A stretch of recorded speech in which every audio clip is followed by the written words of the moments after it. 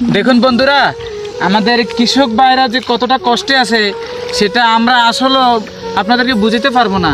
দেখেন, আপনাদেরকে আমি দেখাচ্ছি, এখানে যে পানি দেখতে পাচ্ছেন, এই দেখেন পানি, এগুলো সব পানি, অর্থাৎ বৃষ্টির কারণে পানিতে এতটাই বাড়ছে তা আমাদের কৃষক ভাইরা এখন কিন্তু আর ওই ফসলগুলা সুন্দরভাবে নিতে পারতেছে না। আমাদের কৃষক ভাইদের আপনি দেখতে পাচ্ছেন, এই দেখেন আমাদের কৃষক ভাইরা কতটা কষ্ট করতেছে।